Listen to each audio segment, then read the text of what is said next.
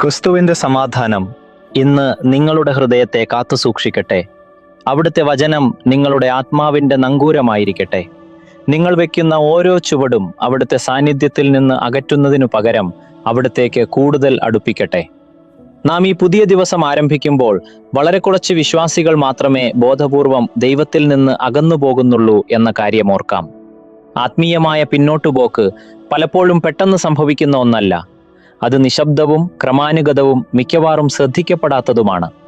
നങ്കൂരമിടാത്തതിനാൽ തീരത്ത് നിന്ന് പതുക്കെ ഒഴുക്കിൽപ്പെടുന്ന ഒരു തോണി പോലെ ചെറിയ വിട്ടുവീഴ്ചകൾ, അവഗണിച്ച ആത്മീയ ശീലങ്ങൾ, നിയന്ത്രിക്കാത്ത ആഗ്രഹങ്ങൾ, തള്ളിക്കളഞ്ഞ ഉപദേശങ്ങൾ, ആത്മീയമായ അലസത എന്നിവയിലൂടെ നമ്മുടെ ഹൃദയങ്ങളും ദൈവത്തിൽ നിന്ന് പതുക്കെ അകന്നു പോയേക്കാം. ഇന്നത്തെ ദൈവവചന ചിന്ത ശിംശോന്റെ ജീവിതത്തിൽ നിന്നുള്ളതാണ്. ജനനത്തിനു മുമ്പേ ദൈവത്താൽ തിരഞ്ഞെടുക്കപ്പെടുകയും പരിശുദ്ധാത്മാവിനാൽ ശക്തനാക്കപ്പെടുകയും അസാധാരണമായ കരുത്ത് ദാനമായി ലഭിക്കുകയും ചെയ്ത ഒരു മനുഷ്യൻ. എന്നിട്ടും അവന്റെ ഏറ്റവും വലിയ പോരാട്ടം ഫെലിസ്ത്യർക്കെതിരായിരുന്നില്ല, മറിച്ച് സ്വന്തം ഹൃദയത്തിലെ വിട്ടുവീഴ്ചകൾക്കെതിരെയായിരുന്നു. അതുകൊണ്ട് നാം വല്ലപ്പോഴും ഒഴുകിപ്പോകാതിരിക്കേണ്ടതിന് കേട്ടത് അധികം ശ്രദ്ധയോടെ കരുതിക്കൊള്ളുവാൻ ആവശ്യമാകുന്നു. എബ്രായർക്ക് എഴുതിയ ലേഖനം 2-ാം അധ്യായം 1-ാം വാക്യം.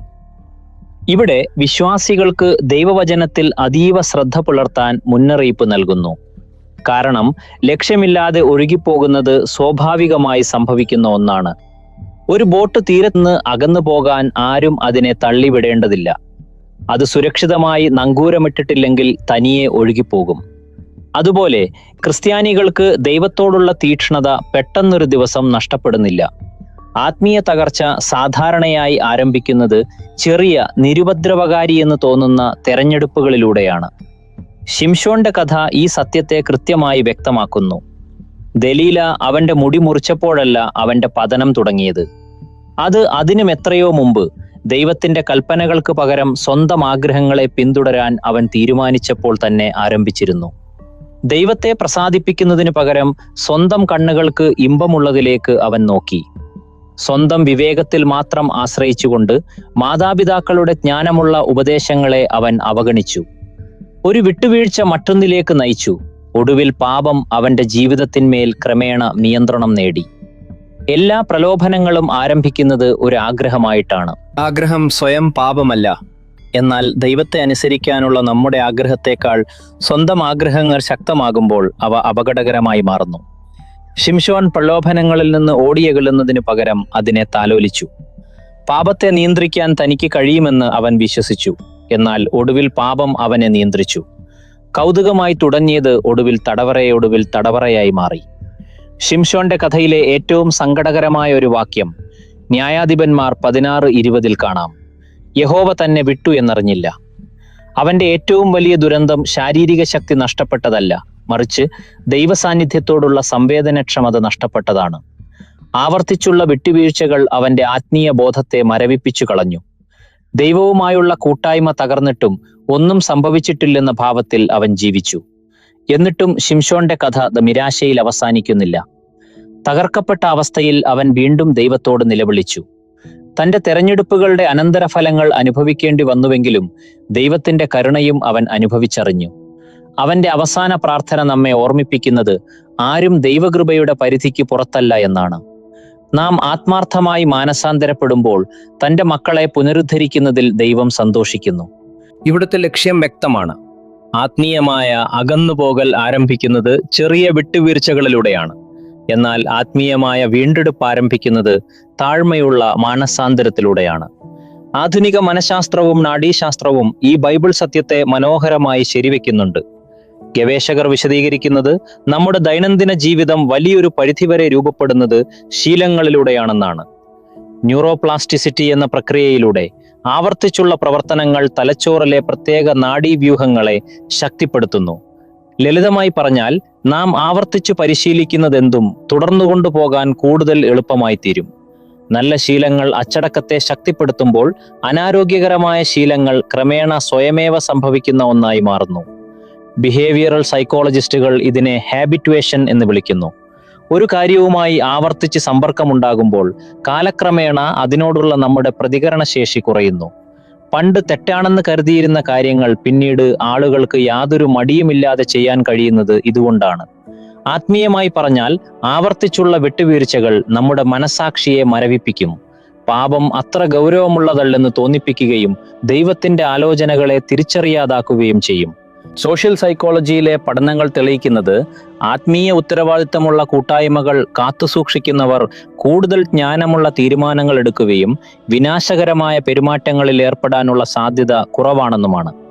ഇത് വിശ്വാസികൾ പരസ്പരം പ്രോത്സാഹിപ്പിക്കുകയും തിരുത്തുകയും ശക്തീകരിക്കുകയും ചെയ്യണമെന്ന ദൈവത്തിന്റെ രൂപകൽപ്പനയെ എബ്രായർ 10:24 മുതൽ 25 വരെ പ്രതിഫലിപ്പിക്കുന്നു.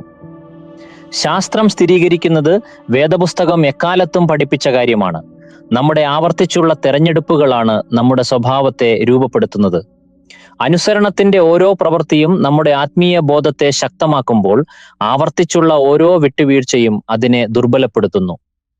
ശാന്തമായ ഒരു തടാകത്തിൽ ചെറിയൊരു തോണി നിർത്തിയിട്ടിരിക്കുന്നത് സങ്കല്പിക്കുക.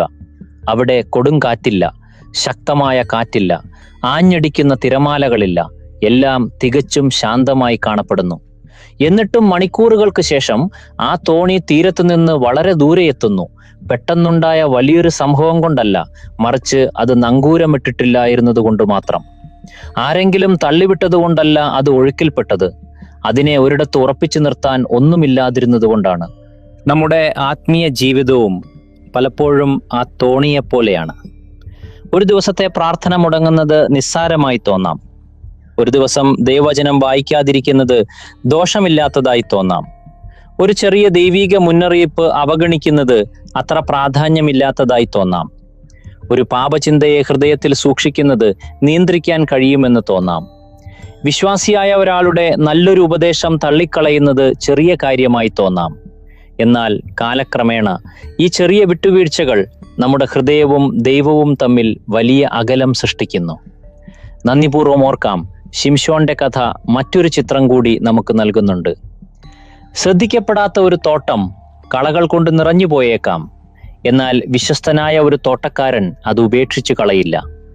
അവൻ ശ്രദ്ധയോടെ കളകൾ നീക്കം ചെയ്യുകയും മണ്ണിൽ വളമിടുകയും വീണ്ടും ഭംഗി തിരിച്ചു വരുന്നതുവരെ പുതിയ ജീവനെ ക്ഷമയോടെ പരിചരിക്കുകയും ചെയ്യുന്നു. അതുപോലെ യഥാർത്ഥ മാനസാന്തരത്തോടെ തങ്കലേക്ക് മടങ്ങി വരുന്ന ഏതൊരു ജീവിതത്തെയും നമ്മുടെ സ്വർഗീയ പിതാവ് സ്നേഹത്തോടെ പുനരുദ്ധരിക്കുന്നു.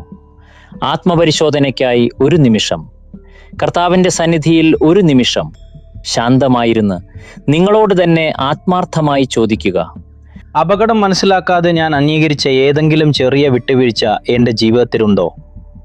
എൻ്റെ ദൈനംദിന ശീലങ്ങൾ എന്നെ ക്രിസ്തുവിലേക്ക് അടുപ്പിക്കുകയാണോ അതോ പതുക്കെ അകറ്റുകയാണോ ചെയ്യുന്നത്? ഞാൻ ദൈവത്തിൻ്റെ ശബ്ദത്തിനും മുതിർന്ന വിശ്വാസികളുടെ ഉപദേശങ്ങൾക്കും ചെവി കൊടുക്കുന്നുണ്ടോ? ദൈവവുമായുള്ള യഥാർത്ഥ ആത്മബന്ധം അവഗണിച്ചുകൊണ്ട് ഞാൻ ആത്മീയ കാര്യങ്ങളിൽ മാത്രം തിരക്കുള്ളവനായി മാറിയിട്ടുണ്ടോ? ദൈവത്തിൻ്റെ പുനരുദ്ധാരണ കൃപ എൻ്റെ ജീവിതത്തിൽ പ്രവർത്തിക്കേണ്ടതിനായി ഇന്ന് ഞാൻ സമർപ്പിക്കേണ്ട ഏതെങ്കിലും മേഖലയുണ്ടോ? ഓർക്കുക, ഓരോ ചെറിയ വിട്ടുവീഴ്ചയും നമ്മെ ദൈവത്തിൽ നിന്ന് അകറ്റുന്നു. എന്നാൽ ഓരോ മാനസാന്തരവും നമ്മെ അവിടുത്തേക്ക് കൂടുതൽ അടുപ്പിക്കുന്നു. നമുക്ക് പ്രാർത്ഥിക്കാം.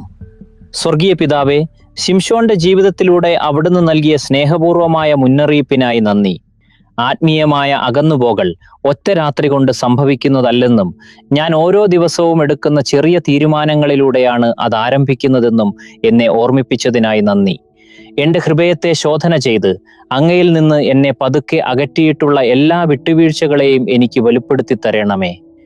എൻ്റെ സ്വന്തം ആഗ്രഹങ്ങളെ പിന്തുടരുകയും അങ്ങയുടെ ശബ്ദം അവഗണിക്കുകയും പാപത്തോട് പൊരുത്തപ്പെടുകയും ചെയ്ത നിമിഷങ്ങളെ എന്നോട് ക്ഷമിക്കണമേ. കർത്താവെ, എൻ്റെ ജീവിതത്തെ അങ്ങയുടെ വചനത്തിൽ ശക്തമായി നങ്കൂരമിടണമേ. അങ്ങയുമായുള്ള ബന്ധത്തെ ശക്തിപ്പെടുത്തുന്ന വിശുദ്ധിയുള്ള ശീലങ്ങൾ വളർത്തിയെടുക്കാൻ എന്നെ സഹായിക്കണമേ. പ്രലോഭനങ്ങളിൽ നിന്ന് ഓടിയകലാനുള്ള ജ്ഞാനവും ദൈവിക ഉപദേശങ്ങൾ സ്വീകരിക്കാനുള്ള താഴ്മയും പരിശുദ്ധാത്മാവിൻ്റെ വഴിനടത്തലിനോട് എപ്പോഴും വിധേയപ്പെടുന്ന ഒരു മൃദുവായ ഹൃദയവും എനിക്ക് നൽകണമേ. അങ്ങയുടെ കൃപ എൻ്റെ പരാജയങ്ങളെക്കാൾ വലുതാണെന്നതിനായി നന്ദി. അങ്ങയിലേക്ക് മടങ്ങി വരുന്നവരെ പുനരുദ്ധരിക്കുന്നതിൽ അവിടുന്ന് സന്തോഷിക്കുന്നുവല്ലോ. ഇന്ന് എൻ്റെ ചിന്തകളും തെരഞ്ഞെടുപ്പുകളും വാക്കുകളും പ്രവർത്തികളും അങ്ങയെ മഹിമപ്പെടുത്തുന്നതായിരിക്കട്ടെ. അങ്ങയുടെ സാന്നിധ്യത്തിൽ നിന്ന് ഞാൻ ഒരിക്കലും അകന്നു പോകാതിരിക്കേണ്ടതിന് എന്നെ അങ്ങയുടെ ഹൃദയത്തോട് ചേർത്ത് നിർത്തണമേ. അങ്ങയെ മുഖാമുഖം കാണുന്ന നാൾ വരെ എൻ്റെ ജീവിതം ക്രിസ്തുവിൽ ഉറപ്പുള്ളതായിരിക്കട്ടെ. യേശു ക്രിസ്തുവിൻ്റെ നാമത്തിൽ തന്നെ പ്രാർത്ഥിക്കുന്നു. ആമേൻ. ആത്മീയമായ അകന്നുപോകൽ ആരംഭിക്കുന്നത് ചെറിയ വിട്ടുവീഴ്ചകളിലൂടെയാണ്.